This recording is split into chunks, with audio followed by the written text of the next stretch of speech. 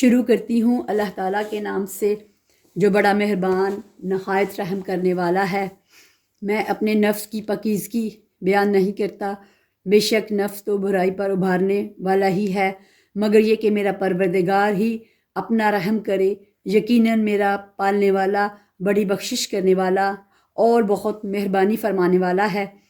بادشاہ نے کہا کہ اسے میرے پاس لاؤ کہ میں اسے اپنے خاص کاموں کے لیے مقرر کر لوں۔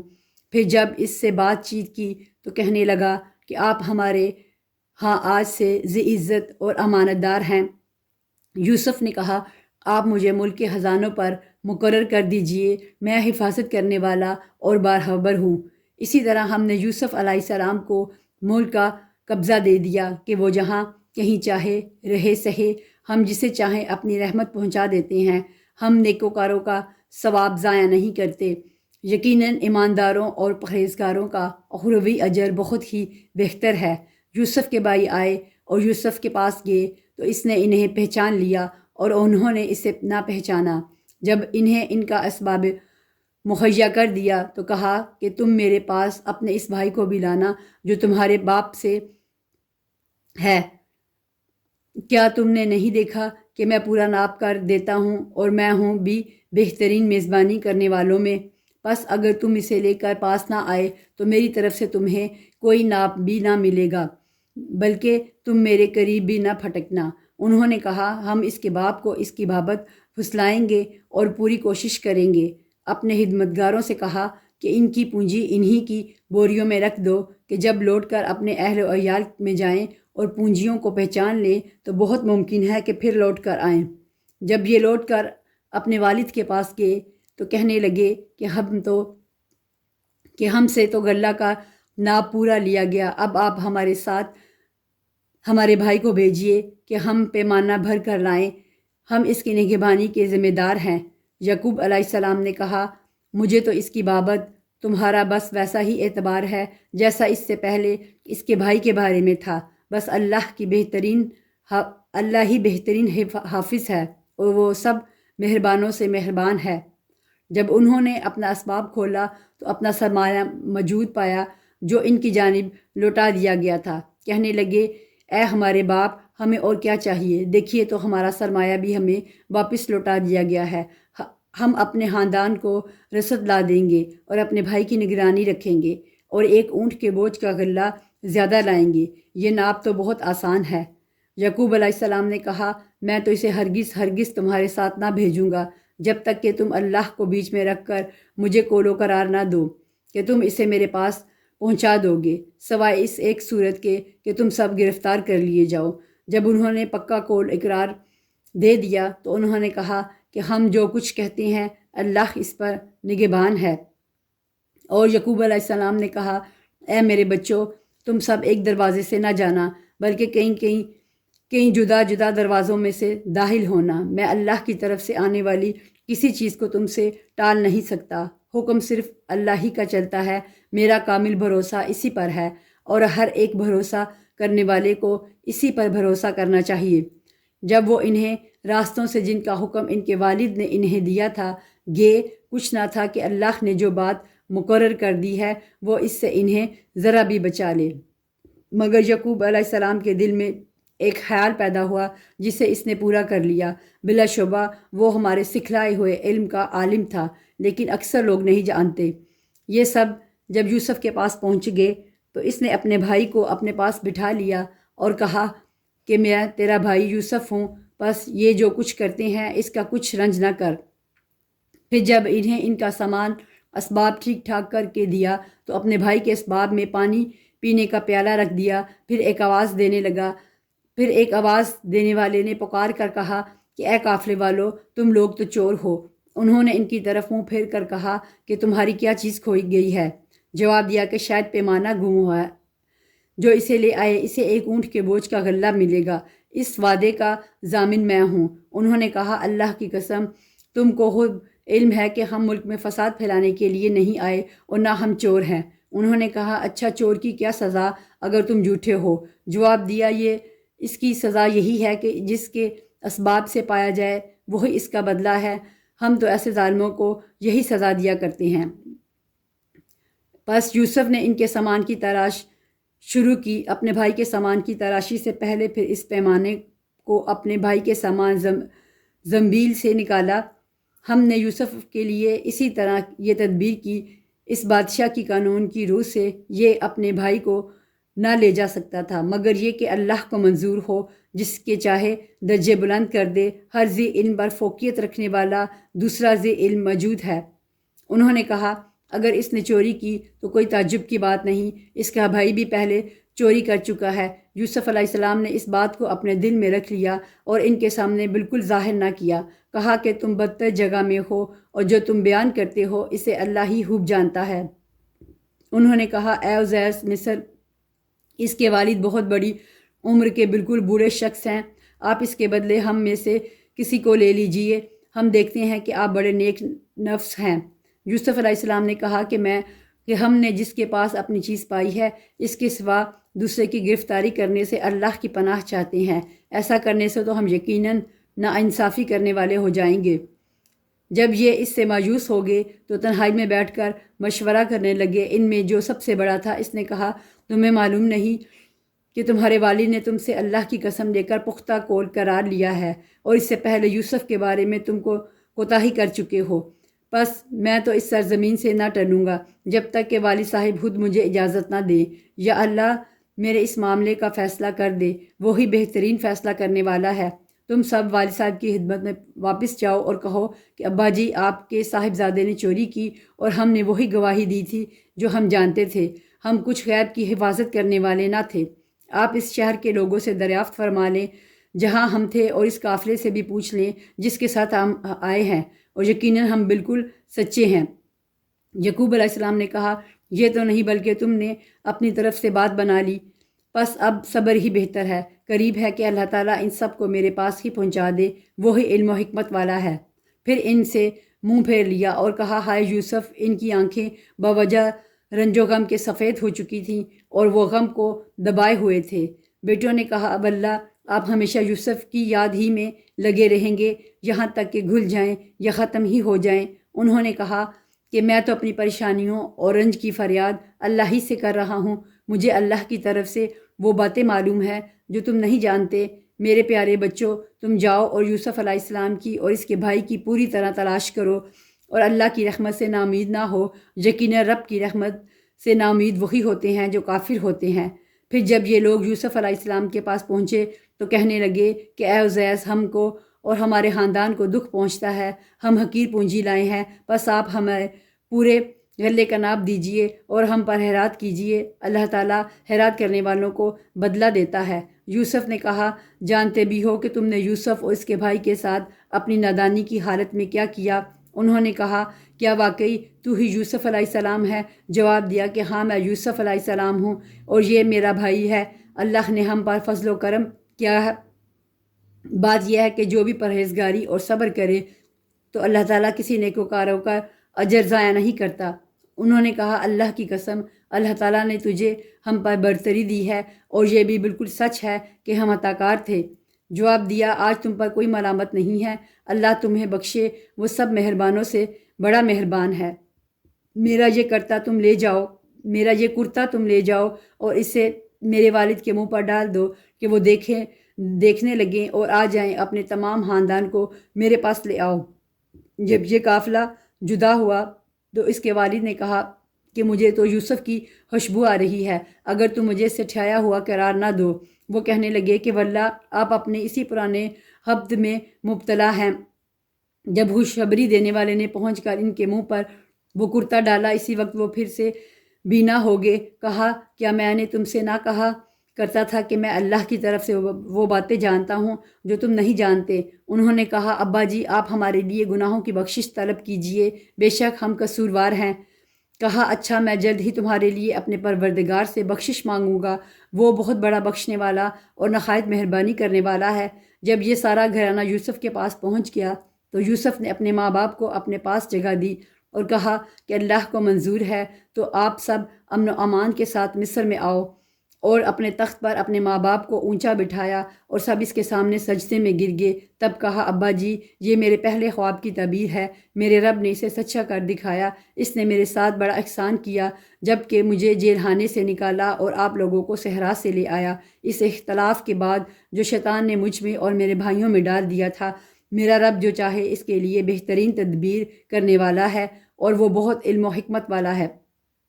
اے میرے پروردگار، تو نے مجھے ملک عطا فرمایا اور تو نے مجھے خواب کی تعبیر سکھلائی۔ اے آسمان و زمین کے پیدا کرنے والے، تو دنیا و آخرت میں میرا ولی، دوست اور کارساز ہے۔ تو مجھے اسلام کی حالت میں فوت کر اور نیکوں میں ملا دے۔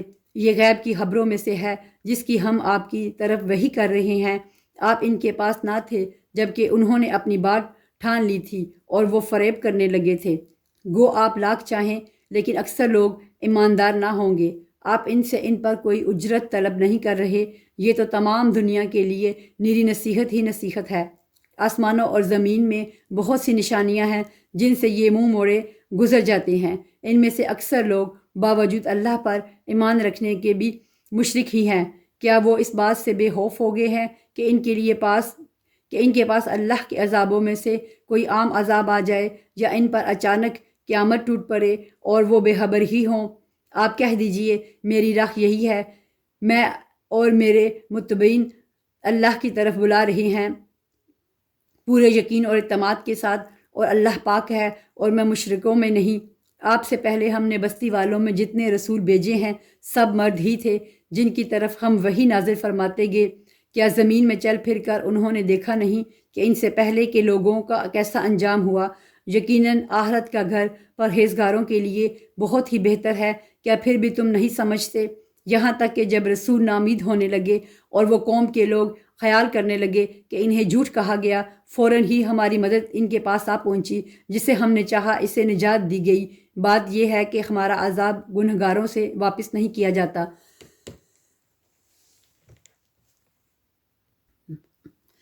ان کے بیان میں عقل والوں کے لیے یقیناً نصیحت اور عبرت ہے۔ یہ قرآن جھوٹ بنائی ہوئی بات نہیں بلکہ یہ تصدیق ہے ان کتابوں کی جو اس سے پہلے کی ہیں، کھول کھول کر بیان کرنے والا ہے ہر چیز کو، اور ہدایت اور رحمت ہے ایماندار لوگوں کے لیے۔ شروع کرتی ہوں اللہ تعالیٰ کے نام سے جو بڑا مہربان نہایت رحم والا ہے۔ الف لام میم را، یہ قرآن کی آیتیں ہیں، اور جو کچھ آپ کی طرف آپ کے رب کی جانب سے اتارا جاتا ہے سب حق ہے، لیکن اکثر لوگ ایمان نہیں لاتے۔ اللہ وہ ہے جس نے آسمانوں کو بغیر ستون کے بلند کر رکھا ہے کہ تم اسے دیکھ رہے ہو، پھر وہ عرش پر قرار پکڑے ہوئے ہے۔ اسی نے سورج اور چاند کو ماتختی میں لگا رکھا ہے، ہر ایک میعاد معین پر گشت کر رہا ہے۔ وہی کام کی تدبیر کرتا ہے، وہ اپنے نشانات کھول کھول کر بیان کر رہا ہے کہ تم اپنے رب کی ملاقات پر یقین کر لو۔ اسی نے زمین پھیلا کر بچھا دی ہے اور اس میں پہاڑ اور نہریں پیدا کر دی ہیں، اور اس میں ہر قسم کے پھلوں کو جوڑے دوہرے دوہرے پیدا کر دیے ہیں۔ وہ رات کو دن سے چھپا دیتا ہے۔ یقیناً غور و فکر کرنے والوں کے لیے اس میں بہت سی نشانیاں ہیں۔ اور زمین میں مختلف ٹکڑے ایک دوسرے سے لگتے لگاتے ہیں، اور انگوروں کے باغات ہیں اور کھیت ہیں اور کھجوروں کے درخت ہیں شاخدار، اور بعض ایسے ہیں جو بے شاخ ہیں۔ سب ایک ہی پانی پلائے جاتے ہیں، پھر بھی ہم ایک کو ایک پر پھلوں میں برتری دیتے ہیں۔ اس میں عقل مندوں کے لیے بہت سی نشانیاں ہیں۔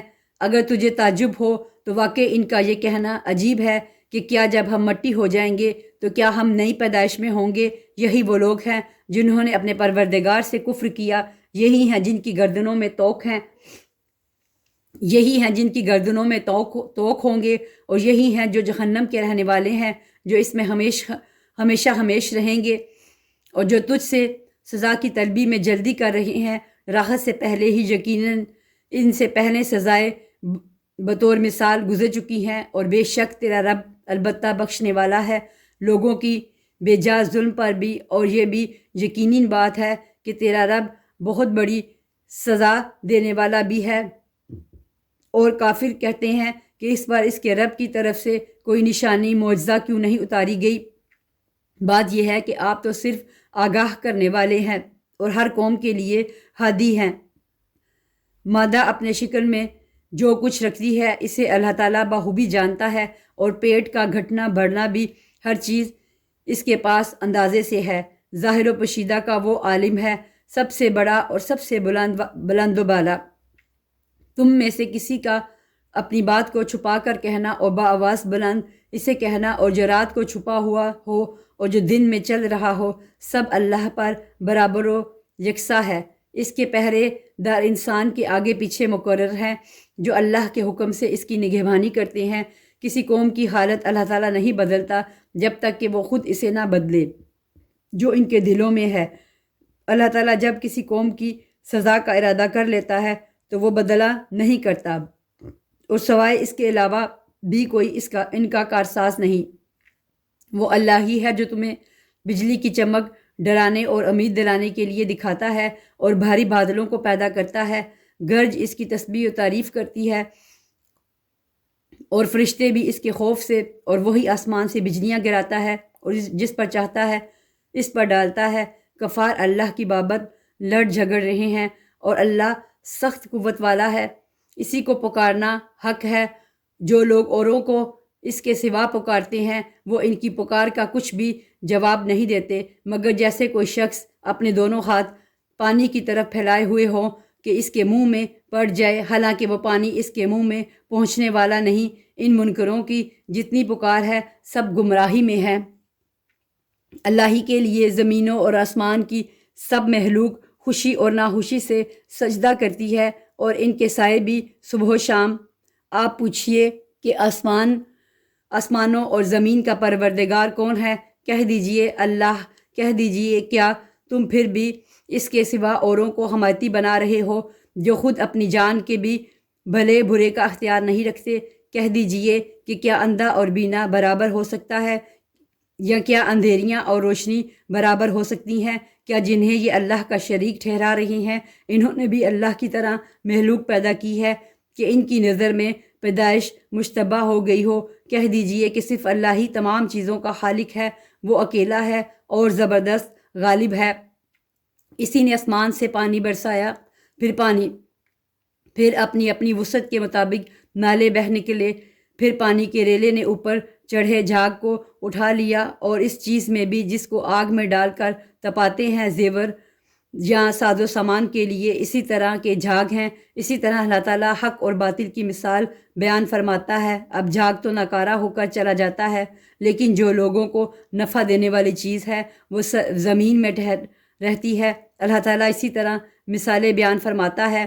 جن لوگوں نے اپنے رب کے حکم کی بجاآوری کی ان کے لیے بھلائی ہے، اور جن لوگوں نے اس کی حکم کی برداری نہ کی، اگر ان کے لیے زمین میں جو کچھ ہے سب کچھ ہو اور اسی کے ساتھ ویسا ہی ہو اور وہ بھی ہو تو وہ سب کچھ اپنے بدلے میں دے دے۔ یہی ہے جن کے لیے برا حساب ہے اور جن کا ٹھکانہ جہنم ہے جو بہت بری جگہ ہے۔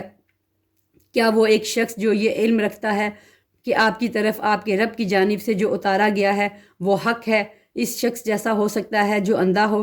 نصیحت تو وہی قبول کرتے ہیں جو عقل مند ہو، جو اللہ کے عہد و پیمان کو پورا کرتے ہیں اور قول و قرار کو توڑتے نہیں، اور اللہ نے جن چیزوں کو جوڑنے کا حکم دیا ہے وہ اسے جوڑتے ہیں، اور اپنے پروردگار سے ڈرتے ہیں اور حساب کی سختی کا اندیشہ رکھتے ہیں، اور وہ اپنے رب کی رضامندی کی طلب کے لیے صبر کرتے ہیں اور نمازوں کو برابر قائم رکھتے ہیں، اور جو کچھ ہم نے انہیں دے رکھا ہے اسے چھپے کھلے خرچ کرتے ہیں، اور بھلائی کو بھی بھلائی سے ٹالتے ہیں۔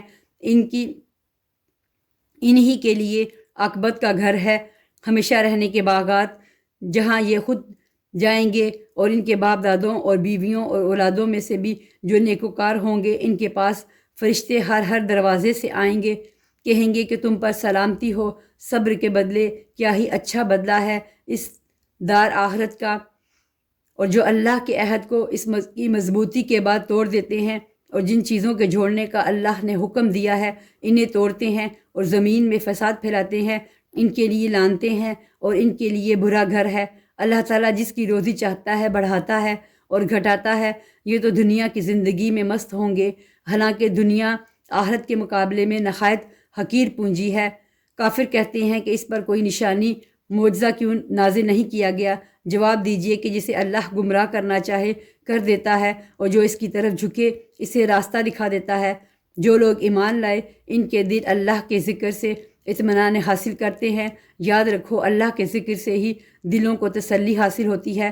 جو لوگ ایمان لائے اور جنہوں نے نیک کام بھی کیے ان کے لیے خوشحالی ہے اور بہترین ٹھکانہ۔ اسی طرح ہم نے آپ کو اس امت میں بھیجا ہے جس سے پہلے بہت سی امتیں گزر چکی ہیں کہ آپ انہیں ہماری طرف سے جو وحی آپ پر اتری ہے پڑھ کر سنائیے۔ یہ اللہ رحمان کے منکر ہیں۔ آپ کہہ دیجئے کہ میرا پالنے والا تو وہی ہے، اس کے سوا در حقیقت کوئی بھی لائق عبادت نہیں۔ اسی کے اوپر میرا بھروسہ ہے اور اسی کی جانب میرا رجوع ہے۔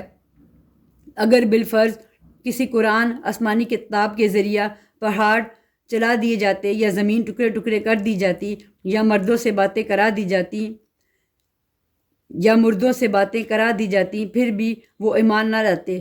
بات یہ ہے کہ سب کام اللہ کے ہاتھ میں ہے، تو کیا ایمان والوں کو اس بات پر دل جمی نہیں کہ اگر اللہ تعالیٰ چاہے تو تمام لوگوں کو ہدایت دے دے؟ کفار کو تو ان کے کفر کے بدلے ہمیشہ ہی کوئی نہ کوئی سخت سزا پہنچتی رہے گی یا ان کے مکانوں کے قریب نازل ہوتی رہے گی تا وقت یہ کہ وعدہ الہی آ پہنچے۔ یقیناً اللہ تعالیٰ وعدہ خلافی نہیں کرتا۔ یقیناً آپ سے پہلے کے پیغمبروں کا مذاق اڑایا گیا تھا اور میں نے بھی کافروں کو ڈھیل دی تھی اور پھر انہیں پکڑ لیا تھا، پس میرا عذاب کیسا رہا؟ آیا وہ اللہ جو نگہبانی کرنے والا ہے ہر شخص کی اس کے کیے ہوئے اعمال پر ان لوگوں نے اللہ کے شریک ٹھہرائے ہیں؟ کہہ دیجئے ذرا ان کے نام تو لو۔ کیا تم اللہ کو وہ باتیں بتاتے ہو جو زمین میں جانتا ہی نہیں، یا صرف اوپری اوپری باتیں بتا رہے ہو؟ بات اصل یہ ہے کہ کفر کرنے والوں کے لیے ان کے مکر سجا دیے گئے ہیں اور وہ صحیح راہ سے روک دیے گئے ہیں، اور جس کو اللہ گمراہ کر دے اس کو راہ دکھانے والا کوئی نہیں۔ ان کے لیے دنیا کی زندگی میں عذاب ہے اور آخرت کا عذاب تو وہی بہت زیادہ سخت ہے۔ انہیں اللہ کے غضب سے بچانے والا کوئی بھی نہیں۔ اس جنت کی صفت جس کا وعدہ پرہیزگاروں کو دیا گیا ہے یہ ہے کہ اس کے نیچے سے نہریں بہہ رہی ہیں، اس کا میوہ ہمیشگی والا ہے اور اس کا سایہ بھی۔ یہ ہے انجام پرہیزگاروں کا، اور کافروں کا انجام کار دوزخ ہے۔ جنہیں ہم نے کتاب دی ہے وہ تو جو کچھ آپ پر اتارا جاتا ہے اس سے خوش ہوتے ہیں، اور دوسرے فرقے اس کی باتوں کے منکر ہیں۔ آپ اعلان کر دیجئے کہ مجھے تو صرف یہی حکم دیا گیا ہے کہ میں اللہ کی عبادت کروں اور اس کے ساتھ شریک نہ کروں۔ میں اسی کی طرف بلا رہا ہوں اور اسی کی جانب میرا لوٹنا ہے۔ اسی طرح ہم نے قرآن کو عربی زبان کا فرمان اتارا ہے۔ اگر آپ نے ان کی خواہشوں کی پیروی کر لی اس کے بعد کہ آپ کے پاس علم آ چکا ہے تو اللہ کے عذابوں سے آپ کو کوئی حمایتی ملے گا اور نہ بچانے والا۔ ہم آپ سے پہلے بھی بہت سے رسول بھیج چکے ہیں اور ہم نے ان سب کو بیوی بچوں والا بنایا تھا۔ کسی رسول سے نہیں ہو سکتا کہ کوئی نشانی بغیر اللہ کی اجازت کے لے آئے۔ ہر مقرر وعدے کی ایک لکھت ہے۔ اللہ جو چاہے مٹا دے اور جو چاہے ثابت رکھے۔ لوح محفوظ اسی کے پاس ہے۔ ان سے کیے ہوئے وعدوں میں سے کوئی اگر ہم آپ کو دکھا دیں یا آپ کو ہم فوت کر لیں تو آپ پر تو صرف پہنچا دینا ہی ہے، حساب تو ہمارے ذمہ ہی ہے۔ کیا وہ نہیں دیکھتے کہ ہم سرزمین کو اس کے کناروں سے گٹھاتے چلے آ رہے ہیں؟ اللہ حکم کرتا ہے، کوئی اس کے احکام پیچھے ڈالنے والا نہیں، وہ جلد حساب لینے والا ہے۔ ان سے پہلے لوگوں نے بھی اپنی مکاری میں کمی نہ کی تھی، لیکن تمام تدبیریں اللہ ہی کی ہیں۔ جو شخص جو کچھ کر رہا ہے اللہ کے علم میں ہے۔ کافروں کو ابھی معلوم ہو جائے گا کہ اس جہان کی جزا کس کے لیے ہے۔ یہ کافر کہتے ہیں کہ آپ اللہ کے رسول نہیں۔ آپ جواب دیجئے کہ مجھ میں اور تم میں اللہ گواہی دینے والا کافی ہے، اور وہ جس کے پاس کتاب کا علم ہے۔ شروع کرتی ہوں اللہ تعالیٰ کے نام سے جو بڑا مہربان نہایت رحم والا ہے۔ الف لام را، یہ عالی شان کتاب ہم نے آپ کی طرف اتاری ہے کہ آپ لوگوں کو اندھیروں سے اجالے کی طرف لائیں، ان کے پروردگار کے حکم سے، زبردست اور تعریفوں والے اللہ کی طرف، جس اللہ کا ہے جو کچھ آسمانوں اور زمین میں ہے، اور کافروں کے لیے تو سخت عذاب کی خرابی ہے۔ جو آخرت کے مقابلے میں دنیاوی زندگی کو پسند رکھتے ہیں اور اللہ کی راہ سے روکتے ہیں اور اس میں ٹیڑھ پن پیدا کرنا چاہتے ہیں، یہی لوگ پرلے درجے کی گمراہی میں ہیں۔ ہم نے ہر نبی کو اس کی قومی زبان میں ہی بھیجا ہے تاکہ ان کے سامنے وضاحت سے بیان کر دے۔ اب اللہ جسے چاہے گمراہ کر دے اور جسے چاہے راہ دکھا دے، وہ غلبہ اور حکمت والا ہے۔ یاد رکھو جب کہ ہم نے موسیٰ کو اپنی نشانیاں دے کر بھیجا کہ تو اپنی قوم کو اندھیروں سے روشنی میں نکال اور انہیں اللہ کے احسانات یاد دلا، بے شک اس میں نشانیاں ہیں ہر ایک صبر شکر کرنے والے کے لیے۔ جس وقت موسیٰ نے اپنی قوم سے کہا کہ اللہ کے وہ احسانات یاد کرو جو اس نے تم پر کیے ہیں، جبکہ اس نے تمہیں فرعونیوں سے نجات دی جو تمہیں بڑے دکھ پہنچاتے تھے، تمہارے لڑکوں کو قتل کرتے تھے اور تمہاری لڑکیوں کو زندہ چھوڑتے تھے۔ اس میں تمہارے رب کی طرف سے تم پر بہت بڑی آزمائش تھی، اور جب تمہارے پروردگار نے تمہیں آگاہ کر دیا کہ اگر تم شکر گزاری کرو گے تو بے شک میں تمہیں زیادہ دوں گا، اور اگر تم ناشکری کرو گے تو یقیناً میرا عذاب بہت سخت ہے۔ موسیٰ علیہ السلام نے کہا کہ اگر تم سب اور روئے زمین کے تمام انسان اللہ کی ناشکری کریں تو بھی اللہ بے نیاز اور تعریفوں والا ہے۔ کیا تمہارے پاس تم سے پہلے کے لوگوں کی خبریں نہیں آئیں، یعنی قوم نوح کی اور عاد و سمود کی اور ان کے بعد والوں کی، جنہیں سوائے اللہ تعالیٰ کے اور کوئی نہیں جانتا؟ ان کے پاس ان کے رسول کے معجزے لائے، لیکن انہوں نے اپنے ہاتھ میں اپنے منہ میں دبا لیے اور صاف کہہ دیا کہ جو کچھ تمہیں دے کر بھیجا گیا ہے ہم اس کے منکر ہیں، اور جس چیز کی طرف تم ہمیں بلا رہے ہو ہمیں تو اس میں بڑا بھاری شبہ ہے۔ ان کے رسولوں نے انہیں کہا کہ کیا حق تعالیٰ کے بارے میں تمہیں شک ہے جو آسمانوں اور زمین کا بنانے والا ہے؟ وہ تو تمہیں اس لیے بلا رہا ہے کہ تمہارے تمام گناہ معاف فرما دے اور ایک مقررہ وقت تک تمہیں مہلت عطا فرمائے۔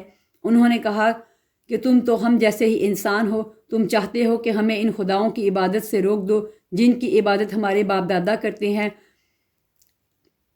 اچھا تو ہمارے سامنے کوئی کھلی دلیل پیش کرو۔ ان کے پیغمبروں نے ان سے کہا کہ یہ تو سچ ہے کہ ہم تم جیسے ہی انسان ہیں، لیکن اللہ تعالیٰ اپنے بندوں میں سے جس پر چاہتا ہے اپنا فضل کرتا ہے۔ اللہ کے حکم کے بغیر ہماری مجال نہیں کہ ہم کوئی معجزہ تمہیں لا دکھائیں، اور ایمان والوں کو صرف اللہ تعالیٰ ہی پر بھروسہ رکھنا چاہیے۔ آخر کیا وجہ ہے کہ ہم اللہ تعالیٰ پر بھروسہ نہ رکھیں جبکہ اسی نے ہمیں ہماری راہیں سجائی ہیں؟ واللہ جو اجزائیں تم ہمیں دو گے ہم ان پر صبر ہی کریں گے۔ توکل کرنے والوں کو یہی لائق ہے کہ اللہ ہی پر توکل کرے۔ کافروں نے ہمیں اپنے رسولوں سے کہا کہ ہم تمہیں ملک بدر کر دیں گے یا تم پھر سے ہمارے مذہب میں لوٹ آؤ، تو ان کے پروردگار نے ان کی طرف وحی بھیجی کہ ہم ان ظالموں کو ہی غارت کر دیں گے اور ان کے بعد ہم خود تمہیں اس زمین میں بسائیں گے۔ یہ ہے ان کے لیے جو میرے سامنے کھڑے ہونے کا ڈر رکھیں اور میری وعید سے خوف زدہ رہیں۔ اور انہوں نے فیصلہ طلب کیا اور تمام سرکش ضدی لوگ نامراد ہو گئے۔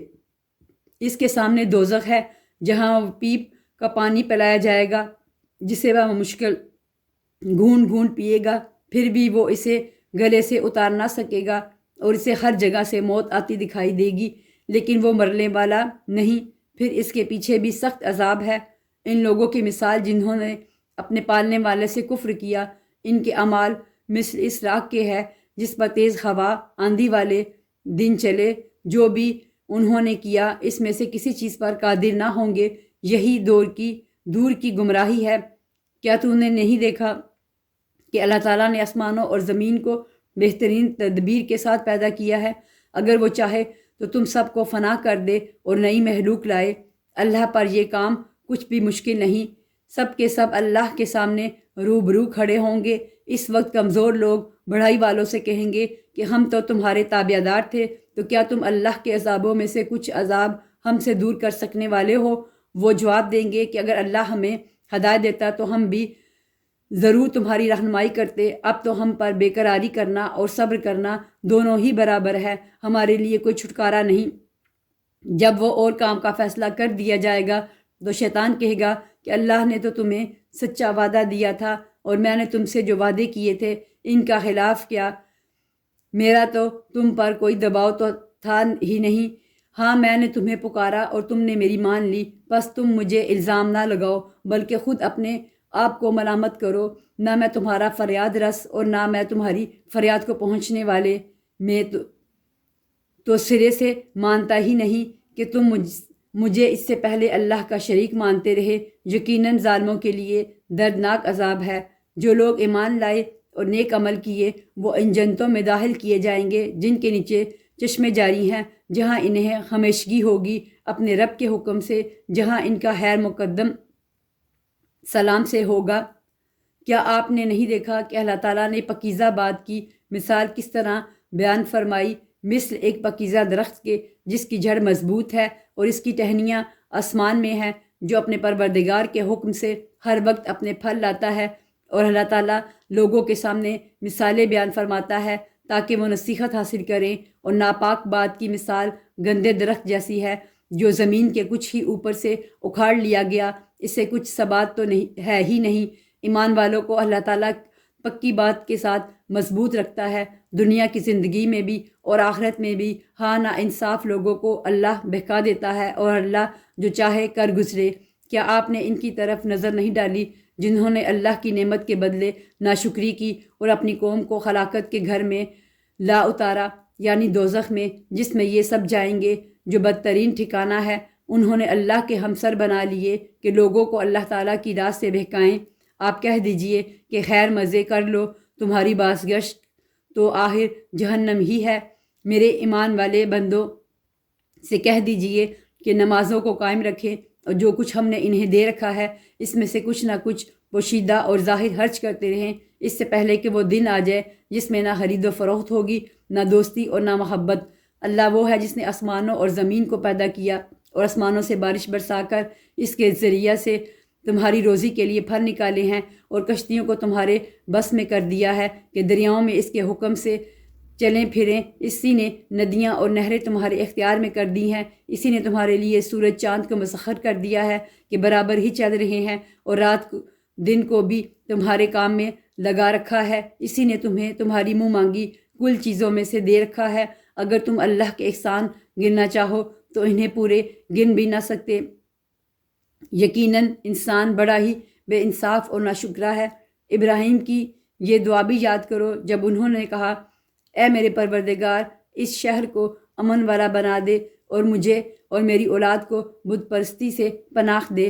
اے میرے پالنے والے معبود، انہوں نے بہت سے لوگوں کو راہ سے بھٹکا دیا ہے، بس میری تابعداری کرنے والا میرا ہے، اور جو میری نافرمانی کرے تو بہت ہی معاف اور کرم کرنے والا ہے۔ اے میرے پروردگار، میں نے اپنی کچھ اولاد اس بے کھیتی کی وادی میں تیرے حرمت والے گھر کے پاس بسائی ہے۔ اے ہمارے پروردگار، یہ اس لیے کہ وہ نماز قائم رکھیں، بس تو کچھ لوگوں کے دلوں کو ان کی طرف مائل کر دے اور انہیں پھلوں کی روزیاں عنایت فرما تاکہ یہ شکر گزاری کریں۔ اے ہمارے پروردگار، تو خوب جانتا ہے جو ہم چھپائیں اور جو ظاہر کریں۔ زمین و آسمان کی کوئی چیز اللہ پر پوشیدہ نہیں۔ اللہ کا شکر ہے جس نے مجھے اس بڑھاپے میں اسماعیل و اسحاق علیہ السلام عطا فرمائے۔ کچھ شک نہیں کہ میرا پالنہار اللہ دعاؤں کو سننے والا ہے۔ اے میرے پالنے والے، مجھے نماز کا پابند رکھ اور میری اولاد سے بھی۔ اے ہمارے رب، میری دعا قبول فرما۔ اے ہمارے پروردگار، مجھے بخش دے اور میرے ماں باپ کو بھی بخش دے اور دیگر مومنوں کو بھی۔ جس دن حساب ہونے لگا، ناانصافوں کے اعمال سے اللہ کو غافل نہ سمجھ، وہ تو انہیں اس دن تک مہلت دیے ہوئے ہے جس دن آنکھیں پھٹی کی پھٹی رہ جائیں گی۔ وہ اپنے سر اوپر اٹھائے دوڑ بھاگ کر رہے ہوں گے، خود اپنی طرف بھی ان کی نگاہیں نہ لوٹیں گی اور ان کے دل خالی اور اڑے ہوئے ہوں گے۔